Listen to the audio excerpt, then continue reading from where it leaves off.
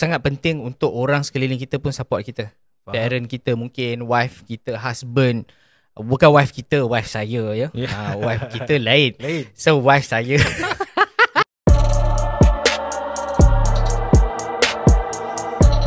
Hai, Assalamualaikum. Selamat kembali ke dalam Talk to Ozi bersama dengan saya Omar dan juga Saya Zuri. terima kasih kepada anda yang tune in dalam YouTube kami. Hari ini kita akan teruskan lagi podcast Talk to Ozi. Apa lagi yang kita boleh ceritakan kepada anda, kita ceritakan. Tentang cerita baru ni saya tengok laju masuk terus dia teringat. Okay. Saya tengok cerita Beckham. Dokumentari Beckham tengok ni. Dokumentari Beckham saya pun dah tengok dah. Baru tengok. Dia baru lagi kan, dalam sebulan dua lah. Betul. Okay. Sebulan dua. Apa yang best lah bagi saya. Selalunya macam orang tengok movie apa semua kan, kita tidak fikir tentang apa yang kita belajar.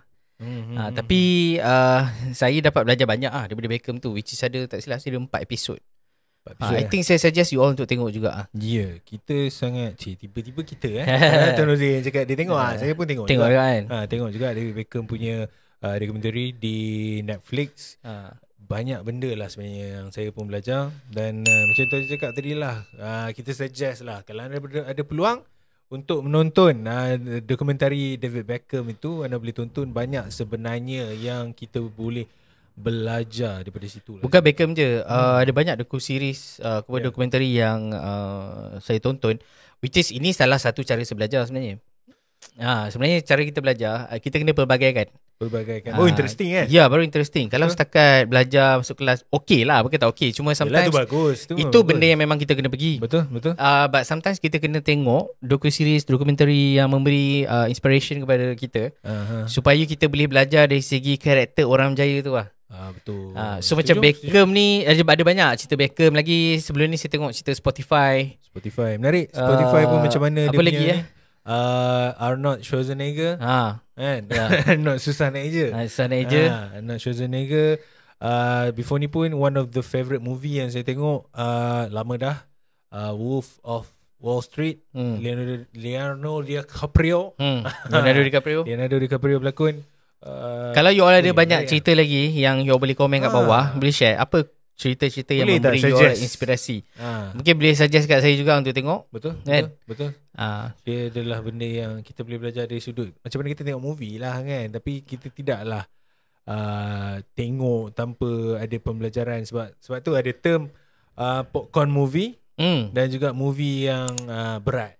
Movie berat ni dia lebih berat lah orang kata kan. Movie berat ni sama ada kita boleh belajar ataupun dapat something lah. Kalau popcorn movie ni memang kita tengok, enjoy tanpa ada sebarang kata faedah. Selain daripada popcorn movie, tengok movie. Podcast Dr. Ozi. Nanti dia akan keluar sini. Tengok podcast sana.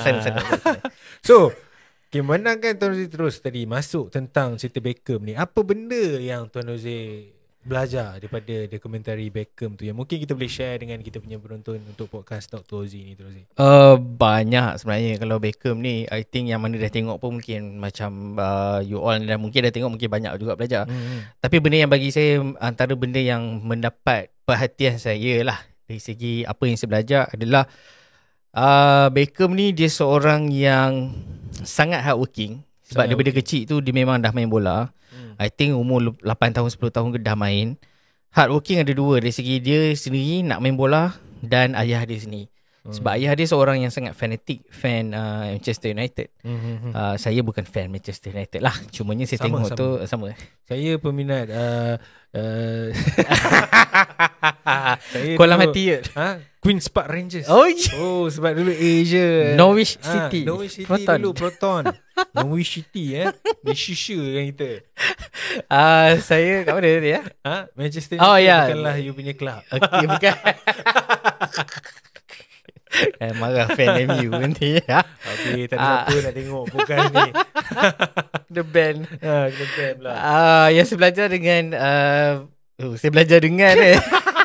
yang saya belajar daripada Daripada David Beckham ni yang saya tengok adalah dia sangat hardworking. Dia hardworking, ayah dia pun hardworking. Sebab ayah dia daripada dulu, dia dulu macam kenal kan. Ayah dia sebenarnya memang nakkan anak dia main dekat MU. So saya tengok ayah dia rakam setiap video, setiap kali dia main. Setiap kali Beckham main, dia akan rakam video. And kalau kita tengok dokumentari itu pun mostly adalah klip daripada ayah dia punya video kamera. So dia simpan tu yang best tu. Dia simpan. I believe that mungkin sebab setiap kali Beckham main, ayah dia akan analyse macam mana anak dia main dan apa benda yang akan boleh improve in future. Faham? So itu menarik lah bagi saya. Hardworking. Macam Omar dah tengok. So apa yang you dapat? Saya nampak dia memang hardworking lah. Okay. Dan saya nampak juga dia betul-betul passionate dengan apa yang dia buat. Dia dengan bapak dia sama. Walaupun bapak dia tak mampu untuk jadi macam dia, tapi dia buat anak dia boleh pergi. Tapi bukanlah saya nampak bapak dia memaksa dia untuk bermain bola. Kan? Sebab Beckham tu sendiri, David Beckham tu sendiri pun memang minat main bola. Dia kalau tak ada minat tak boleh juga. Dia kalau bapak kita ni paksa kita macam mana pun, kalau kita tak minat pun tak jadi juga kadang-kadang kan. Ada setengah tu jadilah. Dan kebanyakannya mungkin tidak jadi. Tetapi bila kita cerita tentang passionate ni, benda ni adalah satu benda yang memang kita minat tu terlalu dalam. Dermaga dalam. Kalau pergi Seberang Perai ada nama tempat. Satu lagi Bagan Dalam. Okay. Sorry, Bagan Dalam ada nasi kandak yang dulu kecil-kecil bapak saya selalu bagi bapak kita. Okay. So macam tadi saya cakap lah, saya pun dah mengapu banyak kan. So passionate. Passionate ni. So masuk kita dekat sini, saya nampak dia ni, Beckham ni memang passionate lah dengan apa yang dia buat tu. So benda tu sangatlah penting untuk menjadikan dia seorang yang hardworking. Untuk merealisasikan apa minat dia tu lah. Tu saya nampak. Selain hardworking apa lagi dia? Hardworking, passion ni bukan pesakit, bukan sabar, tetapi passion lah. PASS. Minat. Minat. Satu lagi, Beckham ni dia adalah seorang yang macam bukan macam lah, dia memang dia memang seorang yang family man lah, family person. So walaupun dia busy dengan dalam padang, luar padang dia selebriti, tapi dia sangat jaga dia punya family, wife dia. And then dia sangat jaga anak dia. Itu benda yang saya rasa macam sangat penting untuk kita ada support system yang strong. Betul. And saya ingat lagi ada satu episod mana saya tak ingat, cuma yang saya ingat adalah bila mana dia main dekat Real Madrid kot. Bila dia pindah daripada MU, dia pergi ke Real Madrid, dia down dekat sana, dan dia ada momen yang down dan dia rasa tak happy sebab dia tak boleh balik rumah mak ayah dia dengan cepat. So dia ni orang kata mungkin dia anak manja, tapi bagi saya dia tahu di mana dia nak balik, and dia sangat perlukan family dia, mak ayah dia. So sangat penting untuk orang sekeliling kita pun support kita. Parent kita, mungkin wife kita, husband. Bukan wife kita, wife saya ya. Wife kita lain. So wife saya. Mungkin nama wife anda nama lain.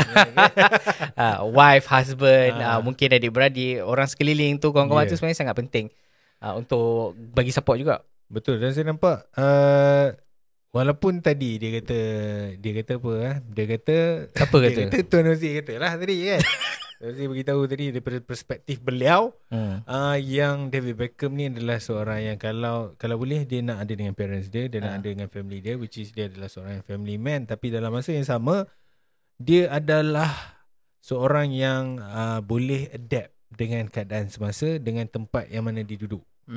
Itu yang saya nampak lah daripada Beckham ni kan. So benda ni adalah satu benda yang sangat penting untuk jadikan kita seorang yang berjaya.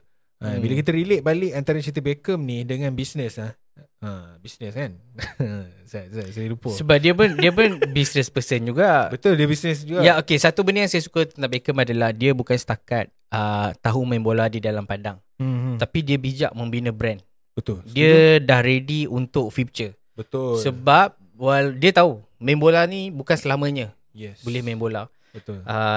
Especially bola ni perlukan fizikal yang sangat penting. Betul. Kan? So dia tahu kita tak boleh fit sampai umur kita berapa? 50. Even 50. So even yang sekarang pun Ronaldo dah 30 Dekat 40 lah. Dekat 40 sama dengan Messi. Sama Messi. Kan? Messi muda setahun dua. Ya. Kurang lah umur dah Tapi tua nak lah. cari dua orang player macam ni tak senang. Betul. Sampai umur sekarang dia orang masih fit. Kan? So saya nampak benda yang sangat bijak yang Beckham dah buat adalah dia bina brand daripada awal for retirement. Retirement bukan retirement apa? Retirement daripada main bola. Betul. And the best part hari ni dia adalah owner kepada kelab bola. Betul. Setuju. US apa Miami. Inter Miami. Which is hari ni Messi dah main dekat dalam. Betul. Inter Messi Miami dalam kelab tu. So bagi saya itu benda yang sangat brilliant lah. Dan bukan semua orang. Dan saya tengok ada banyak je footballer yang habis zaman kegemilangan dia hilang. After that dia hilang. Dia mungkin jatuh bankrupt. You know. Betul. Setuju. So this is a business sebenarnya. Kalau orang tu tak nampak sebagai bisnes, maka dia tak jadilah macam Beckham. Itulah kita cerita tentang personal branding tu. Ya, betul. Beckham tu adalah betul-betul menjaga personal branding dia. Yes. Sama ada krisis yang mungkin dia negatif ke semua kan. Tapi masih lagi dia boleh survive sebab dia percaya yang after football apa yang dia kena buat. Betul. Sebenarnya kalau kita lihat lah walaupun saya ni tidaklah pakar dalam bahagian bola ni kan, tetapi saya nampak Beckham adalah individu pertama kepada saya sebagai seorang pemain bola yang menjadikan diri dia sebagai seorang selebriti. Pada waktu dulu, waktu tu memang tak ada. Saya nampak zaman David Beckham lah. Yes, zaman David Beckham. Dan datanglah zaman-zaman Ronaldo, Messi apa semua, dan dia orang dah jadi ambassador untuk brand ni. Ambassador untuk brand ni. Tapi yang memulakannya adalah David Beckham. Which is dekat sini saya nampak bila kita cerita tentang bisnes, David Beckham ni dalam peluang dia nampak peluang. Itu yang saya nampak. Dalam peluang nampak peluang. Kadang-kadang kita ni nampak peluang, kita nak kan, kita nak push kau peluang yang kita ada tu. This is the one chance. Tapi apa yang saya nampak, David Beckham, one chance can make more chance. Itu yang saya nampak daripada David Beckham lah. Benda yang dia ada long term mindset. Yes, long term. Dia bukan mindset, hanya short term mindset. So sama juga dalam business pun. Kalau kita dah buat satu jalan, kita kena fikir apa jalan next yang kita kena ada. Betul. Kan, supaya kalau satu jalan ni dah habis ataupun jalan ni tak boleh lalu rosak ke dan sebagainya, kita ada another jalan. Betul. Kan? So menarik lah bagi saya. Beckham adalah satu orang yang memberi saya inspirasi dan memberi saya macam kau kena fikir lebih jauh tu. Macam tu. Betul. Saya setuju lah. Dia berfikiran jauh. Ya. Dan berfikiran pantas. Dan dalam masa sama dia buat benda yang senang kata dia macam benda yang boleh buat lah senang kata pada waktu dia tu. Hadap je. Whatever challenge dia. Betul lah, betul. Dia hadap. Ada satu soalan orang tu tanya, macam mana you boleh go through dengan this challenge? Dia kata apa? Dia kata bahasa Melayu lah Dia kata saya pun tak tahu, tapi saya hadap lepas tu dah habis. Macam itulah bunyi dia. Macam dia tak sedar macam mana, tapi dia pun tak ingat macam mana dia lalu. Faham? Ada banyak momen yang kadang-kadang kita pun rasa macam mana aku lalu momen tu tapi sebenarnya aku dah sampai hari ni, aku dah sampai ke tahap ni dah. Betul. So bagi saya itu lah benda yang bagi saya sangat menarik tentang dia adalah dia hadap je apa yang ada depan dia. Sebab dia tahu benda tu akan habis one day, and terus continue. Jangan fikir apa orang cakap. Dia satu lagi dia kata apa yang orang cakap tak penting untuk dia. Walaupun dia ada banyak haters waktu dulu, kan, adalah beberapa benda yang mungkin mistake dia buat dalam, salah satunya mungkin dalam World Cup kot dia ada mistake apa, tak silap saya. So benda tu dah dia dapat haters yang sangat ramai. Kan, tapi dia buat bodoh, dia jalan. So tu benda yang saya dapat lah. Thank you Tuan Razif. Saya nampak dekat sini bila kita cerita tentang Beckham ni yang mana dia hadap je apa benda yang dia kena hadapi, dan akhirnya benda tu habis dekat situ. Kalau kita cerita dalam kita punya kehidupan, kita nak masuk rumah pun kena hadap pintu, kan, nak buka pintu kereta pun kena hadap pintu juga, nak jalan pun kena hadap jalan juga. So it's all about kita kena menghadapi apa saja benda yang ada di depan mata kita. Dan saya harap anda semua pun dapatlah hadap segala apa saja mungkin cabaran ke peluang ke, kita kena hadap, barulah kita tahu apa next yang kita perlu buat. Okay? So itu saja untuk kali ini. Alright. Talk to Ozzy Podcast bersama dengan anda. InsyaAllah ada rezeki kita jumpa lagi for the next episode di dalam Talk to Ozzy Podcast. Jangan lupa untuk subscribe YouTube channel Ozzy Zuri Official. Tekan link notification on. So anda tak terlepas untuk episod seterusnya. Itu saja ada banyak lagi episod kita akan bawa lepas ni. Yes. Saya kan, saya nak tutup tadi tapi dah terpotong. Saya pun tak tahu nak cakap apa. Kita tutup sekarang. Okay, bye-bye. Okay, Assalamualaikum.